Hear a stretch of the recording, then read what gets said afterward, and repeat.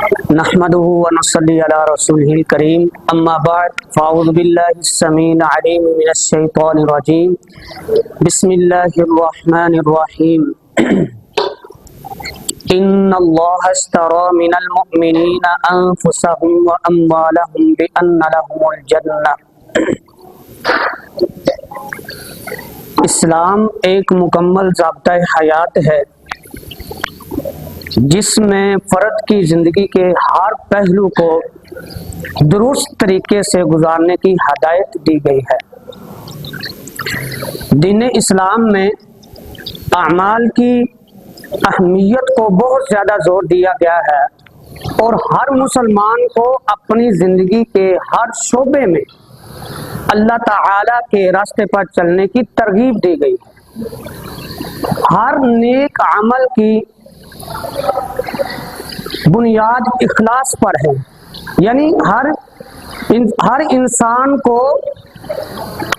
انسان کا عمل اللہ تعالیٰ کی رضا کو مد نظر رکھنا چاہیے۔ ہر عمل کو اللہ تعالیٰ کی رضا کو مد نظر رکھنا چاہیے۔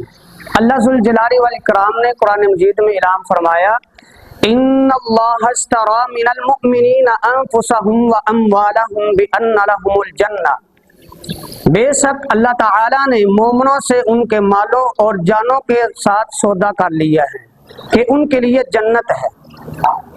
یعنی جو مومن بندہ اللہ تعالیٰ کے راستے میں مال خرچ کرتا ہے، جان قربان کرتا ہے، تو اللہ تعالیٰ نے اس کے بدلے میں جنت کا سودا کر لیا ہے۔ اور اسی طرح اللہ تعالیٰ نے دوسرے مقام پہ اعلان فرمایا، لن تنالوا البر حتی تنفقوا مما تحبون، کہ تم کبھی بھی نیکی کو نہیں پہنچ سکتے جب تک تم اپنے پسندیدہ مال کو اللہ تعالیٰ کی راہ میں خرچ نہ کرو۔ وما تنفقوا من شیء فإن اللہ بہ علیم، اور جو بھی تم مال خرچ کرتے ہو اللہ تعالیٰ اسے بخوبی جانتے ہیں۔ حضرت عبداللہ بن عباس رضی اللہ تعالی عنہ بیان کرتے ہیں کہ رسول اللہ صلی اللہ علیہ وآلہ وسلم سب سے زیادہ سخاوت والے تھے، اور رمضان میں جب حضرت جبرائیل علیہ السلام ان سے ملاقات کرتے تو آپ صلی اللہ علیہ وآلہ وسلم کی سخاوت اور بڑھ جاتی، یہاں تک کہ آپ صلی اللہ علیہ وسلم کی سخاوت تیز ہوا سے بھی زیادہ ہو جاتی۔ اور جو بندہ بھی مال کو خرچ کرتا ہے، چاہے جتنا بھی مال ہو، تھوڑا ہو زیادہ ہو، جتنا بھی خرچ کرتا ہے اللہ تعالیٰ کے ہاں اس کی قدر کی جاتی ہے۔ اللہ ذوالجلال والاکرام نے قرآن مجید میں فرمایا، فَاسْتَجَابَ لَهُمْ رَبُّهُمْ أَنِّي لَا أُضِيعُ عَمَلَ عَامِلٍ مِّنكُم مِّن ذَكَرٍ أَوْ أُنثَىٰ، کہ پھر ان کے رب نے ان کی دعا قبول کی اور فرمایا کہ میں تم میں سے کسی کے عمل کو ضائع نہیں کروں گا، چاہے وہ مرد ہو چاہے عورت ہو۔ تو اللہ تعالیٰ کے راستے میں جتنا بھی مال خرچ کیا جائے اس کی قدر کی جاتی ہے۔ جیسا کہ آپ کے سامنے مدارس میں یہاں الحمدللہ 4 شعبے دین کا کام کر رہے ہیں، اور آپ کسی بھی شعبے کی ذمہ داری اٹھا سکتے ہیں، کسی بھی شعبے کی ذمہ داری اٹھا سکتے ہیں کہ یہ شعبہ جو ہے ہمارے انڈر میں کر دیں، ہم اس کا جو ہے خرچہ، اس کا جو ہے جتنا بھی خرچہ ہوگا ہم اٹھانے کے لیے تیار ہیں، لیکن ہمارے ہاں ایسا ہوتا نہیں ہے، ہم اس سے بہت بہت دور ہیں۔ یعنی کہ ہم نے آج تک، حالانکہ یہاں الحمدللہ اتنے بچے الحمدللہ قرآن مجید حفظ کر کے چلے گئے ہیں، اور الحمدللہ اب بھی کر رہے ہیں، اور یہاں دورہ تخصص کا بھی الحمدللہ ہم نے انتظام کیا ہوا ہے۔ تو کسی بندے نے شاید اللہ قلیل جو ہوگا کہ جس نے کہا ہو کہ ہم بھی اس شعبے کی ذمہ داری اٹھاتے ہیں۔ کیوں؟ وجہ کیا ہے؟ کیا ہم رمضان المبارک میں اس بابرکت مہینے میں ہم زیادہ سے زیادہ خرچ نہیں کر سکتے؟ اپنے مال کو ہم نے محفوظ کر کے رکھنا ہے؟ نہیں۔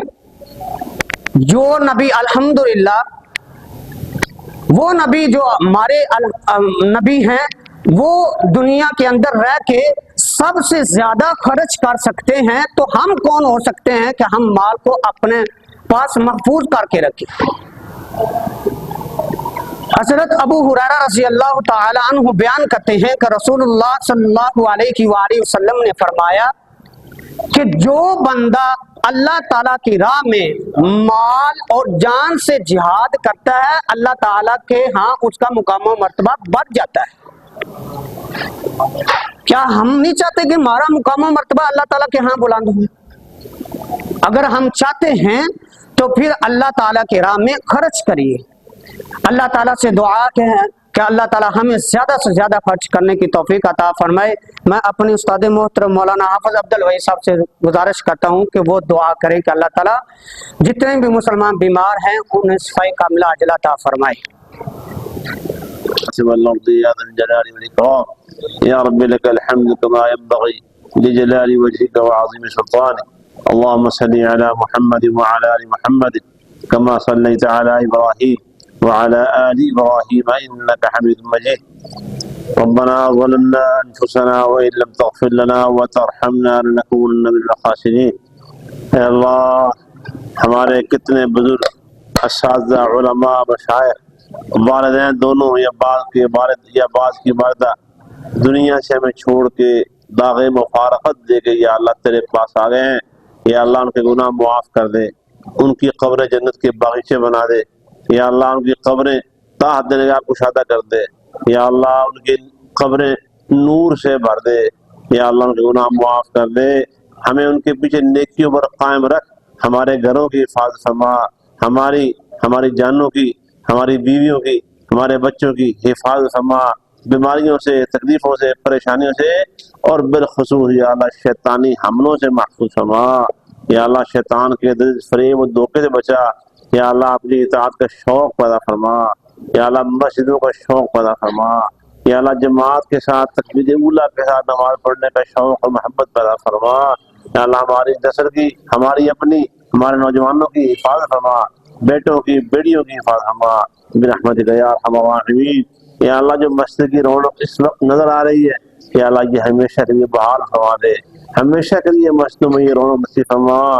یا اللہ رمضان کے بعد بھی ہمارے یہ بھائی، ہمارے یہ بچے، ہمارے یہ بیٹے اسی طرح شوق اور ذوق کے ساتھ یا اللہ تیرے گھروں کا، تیری مسجدوں کا رخ کرنے والے بن جائیں برحمتک یا ارحم الراحمین۔ یا اللہ بیماروں کو شفا عطا فرما۔ ہمارے گھروں میں یا اللہ کئی مریض ہسپتالوں میں ہیں، یا اللہ بچے بیمار ہیں، اے اللہ بزرگ بیمار ہیں، جوان بیمار ہیں، مرد اور عورتیں بیمار ہیں گھروں ہسپتالوں میں، یا اللہ سب کو شفا عطا فرما۔ تیرے سوا شافی کوئی نہیں، اے اللہ ہمارے بیماروں کو شفا عطا فرما۔ یا اللہ غزہ فلسطین پر یہودیوں نے پھر بمبارڈمنٹ شروع کی ہے، یا اللہ بچے ان اپنے ماں باپ کے ساتھ زندگی گزارنے پر مجبور ہو رہے ہیں، ماں باپ شہید ہو رہے ہیں، بچے کٹ رہے ہیں، یا اللہ مسافر جو ہیں وہ یا اللہ اپنے منزل پر پہنچنے سے پہلے ہی راستے میں دم توڑ جاتے ہیں۔ یا اللہ یہودیوں کو تباہ و برباد فرما۔ ہمارے مسلمان بھائیوں کی، بہنوں کی، بیٹیوں کی حفاظت فرما۔ یا اللہ نوجوانوں کی حفاظت فرما، علماء کی حفاظت فرما۔